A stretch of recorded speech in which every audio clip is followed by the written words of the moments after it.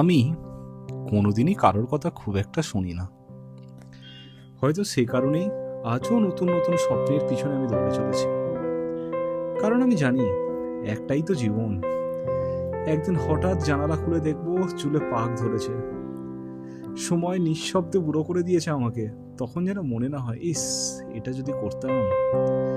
আর আমি আফসোস নিয়ে মরতে চাই না। 2017 সালের সেই গ্যাংটক ট্রিপটা আজও মনে আছে। ফ্যামিলি ট্রিপ ছিল, আর প্যারাগ্লাইডিং এর কথা শুনে পরিবারের সবাই একসুরে বারণ করেছিল। ঝুঁকি আছে, যেও না, প্রকৃতির সাথে কখনো যুদ্ধ করতে নেই, এইসব কথাই চারিদিকে। কিন্তু মনটা অন্যরকম এক নেশায় ভরে গিয়েছিল। রবীন্দ্রনাথের সেই কথাটা যেন ভিতর থেকে দেখে উঠছিল, যদি তোর ডাক শুনে কেউ না আসে তবে একলা চলো রে। কাউকে কিছু না জানিয়েই একে একে একটা গাড়ি ভাড়া করে বেরিয়ে পড়েছিলাম। গ্যাংটকের পাহাড়ি রাস্তা, ঠান্ডা হাওয়া আর চারপাশে মেঘ, মনে হচ্ছিল আমি যেন ধীরে ধীরে নিজের ভয়ের বাইরে চলে যাচ্ছি। প্রথমে নিয়ে যাওয়া হলো ওদের একটা কাউন্টারে। সেখানে ওজন মাপা হলো, তারপর ঠিক করা হলো কোন পাইলটের সঙ্গে আমি উঠবো। চারপাশে তখন কারো চোখে উত্তেজনা, কারো চোখে ভয়, আর আমার বুকের ভিতর শুধু একটাই অনুভূতি, আজ আমি আকাশ ছাবো। তারপর গাড়িতে করে নিয়ে যাওয়া হলো আরো ওপরে, পাহাড়ের মাথায়। সেখানে দাঁড়িয়ে নিচের শহরটাকে দেখে মনে হচ্ছিল পুরো গ্যাংটক যেন একটা ছোট্ট খেলনার শহর। রাস্তাগুলো সুতো আঁকা রেখার মতন, গাড়িগুলো পিঁপড়ের মতন চলছে। হাওয়া তখন খুব জোরে বইছে। পাইলট শুধু বললেন, দৌড়াতে থাকবেন, থামবেন না। তারপর কয়েক সেকেন্ডের একটা দৌড়, আর হঠাৎই পায়ের নিচে মাটি সরে গেল। আমি তখন সত্যিই উঠছি। চারপাশে শুধু মেঘ আর পাহাড়, নিচে গভীর খাদ, দূরে নীলছে পাহাড়ের সারি। সেই মুহূর্তে পৃথিবীর সব শব্দ যেন থেমে গিয়েছিল, শুধু হাওয়ার শব্দ আর নিজের হৃদস্পন্দন। রবীন্দ্রনাথের কথা তখন বেশ মাথায় ঘুরছে। আকাশ ভরা সূর্য, তারা, বিশ্ব ভরা প্রাণ। উপরে উঠে বুঝেছিলাম পৃথিবীটা আসলে খুব ছোট, আর আমাদের ভয়গুলো তার থেকেও ছোট।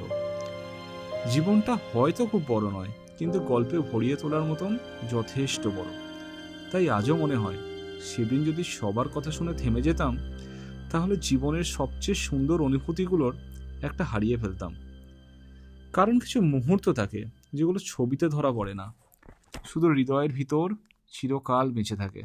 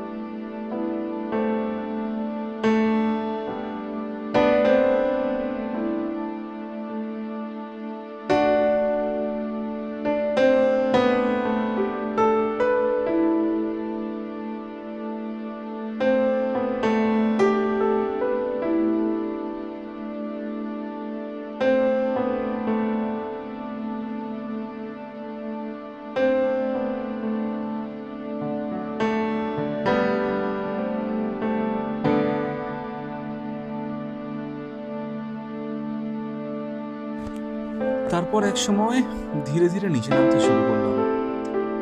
দূর থেকে একটা ছোট্ট সবুজ মাঠ দেখা যাচ্ছিল।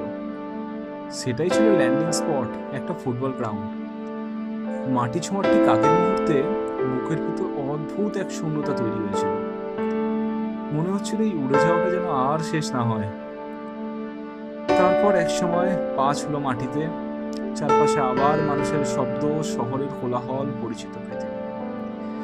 কিন্তু আমি জানতাম কয়েক মিনিট আগের সেই মানুষটা আর এই মানুষটা এক নয়, কারণ আকাশ মানুষকে বদলে দেয়, খুব নিঃশব্দে, খুব গভীরে।